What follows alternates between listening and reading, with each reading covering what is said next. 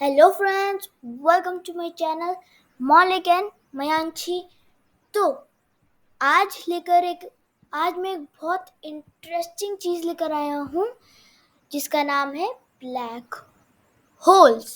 जी हाँ, तो आज हम पढ़ने वाले हैं 10 ऐसे ब्लैक होल के बारे में जो बहुत ही सुपर मैसिव होंगे। तो hello guys, welcome to my channel. तो शुरू करते हैं आज की इस वीडियो को। तो चलते हैं नेक्स्ट स्लाइड पे। तो सबसे पहले जान लेते हैं कि ब्लैक होल्स होते क्या है। सबसे पहले a black hole is a place in space where gravity pulls so much that even light cannot get out। तो एक ब्लैक होल ऐसी जगह है ब्रह्मांड में कि जब उसकी वो ग्रेविटी को इतना खींच लेता है कि लाइट भी उससे बाहर नहीं आ सकती। The gravity is so strong because matter has been squeezed into a tiny space. This can happen when a star is dying। तो सबसे पहले जान लेते हैं ब्लैक होल्स की फॉर्मेशन कैसे हुई थी। तो जब आप स्टार देखते हो, है ना, हमारा सन भी एक स्टार है। तो जो स्टार्स होते हैं, जब उनकी एज खत्म हो जाती है तब एक बहुत बड़ा एक्सप्लोजन होता है। उस एक्सप्लोजन को हम सुपरनोवा कहते हैं। या तो वो स्टार न्यूट्रॉन स्टार बन जाते हैं या वो ब्लैक होल्स बन जाते हैं। Because no light can get out, people can't see black hole, they are invisible। Space telescopes with special tool can help find black holes। The special tool can see how stars are very close to black holes act differently than other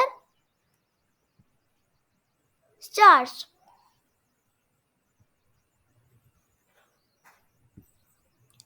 So this was the definition of black hole। तो मैं एक और चीज बता देता हूँ।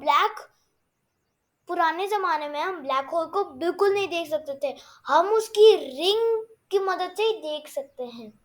तो आ जाइए चलते हैं पहले ब्लैक होल पे, जिसका नाम है MH7 ब्लैक होल। तो ये ब्लैक होल इतना इंटरेस्टिंग है कि अभी जस्ट साइंटिस्ट ने इसको डिस्कवर किया है। The elliptical galaxy MH7 is the home of several trillion stars, a supermassive black hole, and a family of roughly 15,000 globular star clusters।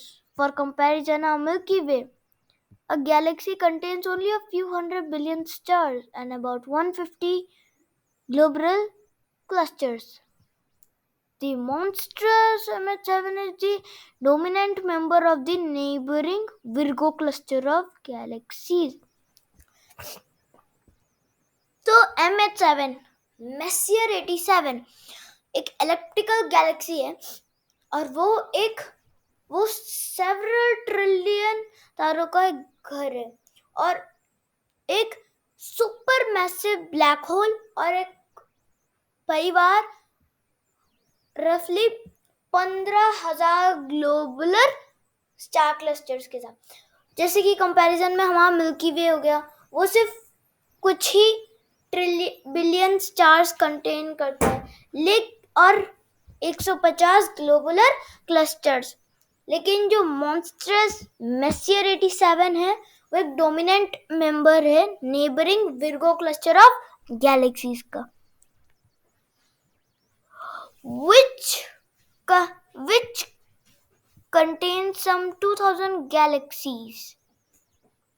तो विर्गो क्लस्टर जो है वो 2000 गैलेक्सीज कंटेन करता है। Discovered in 1781 by Charles messier. तो इस Virgo cluster और MH7 messier 87 Galaxy को चार्ल्स मेसियर ने डिस्कवर किया था। This Galaxy is located 54 million light years away from the Earth in the constellation Virgo. It has an apparent magnitude of 9.6 and can be observed using a small telescope most easily in May. तो ये 54 million light years दूर है अर्थ से और वो Virgo constellation में है. आ जाते हैं सेगिटेरियस ए पे. तो ये एक सुपरमैसिव ब्लैक होल है Sagittarius A. Sagittarius A is the location of a supermassive black hole similar to massive objects at the center of the most, if not at all, spiral and elliptical galaxy. तो बहुत सारे लोग बहुत सारे questions पूछते हैं, लेकिन सबसे ज्यादा लोगों ने यही क्वेश्चन पूछा है कि मिल्की वे के सेंटर में क्या है. मिल्की वे के सेंटर में क्या है? तो अब मैं बताता हूँ आपको कि मिल्की वे के सेंटर में क्या है. तो ये सेगिटेरियस ए सुपरमैसिव ब्लैक होल है. वो एक मिल्की वे के एकदम सेंटर पे है. यस, ये करेक्टली है, क्योंकि मिल्की वे के बीच में एक सुपरमैसिव ब्लैक होल है और इसको हम ऑब्जर्व कर सकते हैं इसकी रिंग्स की वजह से. यहाँ जो देख सकते हो आप, इसकी रिंग्स की वजह से.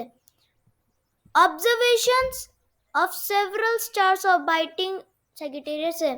तो बहुत सारे स्टार्स सेगिटेरियस ए को ऑर्बिट कर रहे हैं. Particular star S2 Sagittarius 2 star उसको ऑर्बिट कर रहे हैं, जो कि यहाँ पे आप देख सकते हो. Have been used to determine the mass and upper limits on the radius of the object. तो अब बात करते हैं V106 मेनोसेरोटिस की. तो क्या आपको पता है कि पृथ्वी का सबसे नजदीक ब्लैक होल कौन सा है?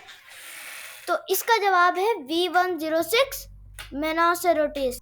ये पृथ्वी का सबसे करीब ब्लैक होल है, लेकिन ये कोई हार्म नहीं करेगा कुछ लाखों साल से. The closest black hole we know of is V616. इसका दूसरा नाम है V616 मेनोसेरोटिस, also known as V616 MON. It's located about 3000 light years away. तो ये 3000 लाइट ईयर्स दूर है हमारे पृथ्वी से. And has been between 9 to 13 times the mass of the sun. We know it's there because it's located in the binary system with a star with about half the mass of the sun. तो ये एक binary system में locate हो रखा है. तो चलते हैं नेक्स्ट पे. APM 08279 plus 5255. APM 08279 plus 5255 is a very distant, broad absorption line quasar located in the constellation Lynx. तो APM 08279 plus 5255 वो एक क्वाजर है और वो लिनक्स कॉन्स्टेलेशन में हो रहा है. It is magnified and split into multiple images by gravitational lensing effect of a foreground galaxy through which its light passes. It appears to be a giant elliptical galaxy with a supermassive black hole and associated accretion disk. तो जो होती है rings black hole के आगे पे, उसे हम accretion disk कहते हैं। It possesses large regions of hot dust and and molecular gas as well as regions with starburst activity। तो ये कॉन्स्टेलेशन लिनक्स में। तो अब बता दूं कि लिनक्स कैसा कॉन्स्टेलेशन है। Linux is a constellation named after the animal usually observed in northern celestial hemisphere। The constellation was introduced in the late 17th century by John Hevelius। It is a faint constellation with its brightest stars forming a zigzag line। तो Linux एक constellation है, वो एक animal के बाद नाम किया गया।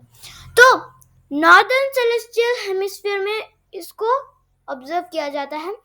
तो ये कॉन्स्टेलेशन 17th सेंचुरी में इंट्रोड्यूस किया गया था जोहानस हेवेलियस से। और वो ये एक फैंट कॉन्स्टेलेशन है और इसमें बहुत चमकते हुए तारे हैं, वो एक जिगजैग लाइन फॉर्म कर रहे हैं। तो ये है फोटो APM 08279+5255 ब्लैक होल की। तो ये जो आप देख सकते हो, ये है उसकी एक्रेशन डिस्क। तो यहाँ से बहुत जोर से रेडिएशन निकल रही है। तो ये बता रहे हैं कि ये जो इसके अंदर इतने सारे ब्राइटेस्ट स्टार हैं कि वो एक जिगजैग लाइन फॉर्म करे इसके दोनों तरफ से। तो आप चलते हैं next supermassive black hole NGC 1277। NGC 1277 is a lenticular galaxy in the constellation of Perseus। It is a member of the Perseus cluster of galaxies and is located at approximately 73 MPC megaparsecs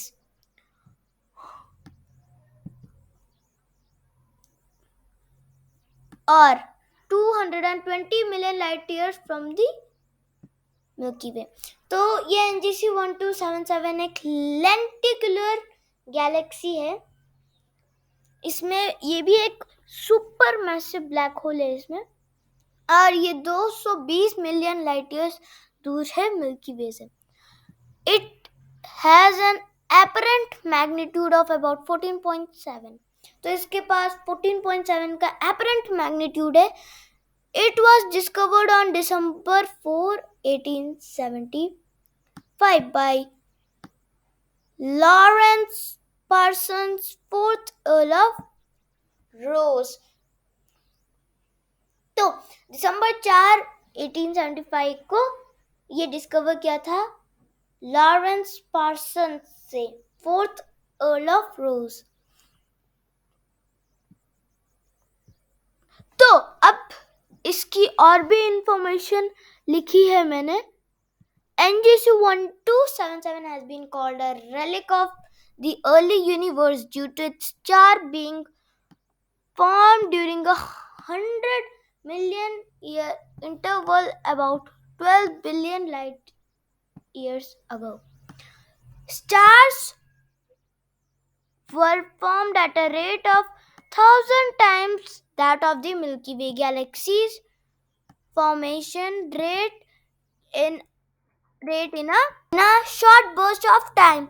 After this process, तो ये है photo NGC 1277 की।